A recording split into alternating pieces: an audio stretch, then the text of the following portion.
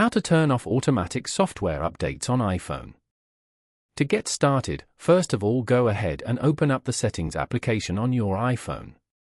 Once you're here, scroll down until you find the General option and tap on it. Inside the General menu, tap on Software Update at the top. This page will show your current iOS version and check for new updates.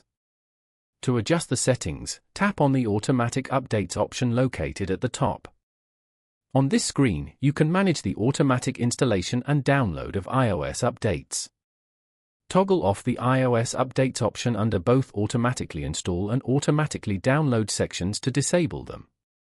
Following these steps, you can easily turn off automatic software updates on an iPhone. Thank you for watching.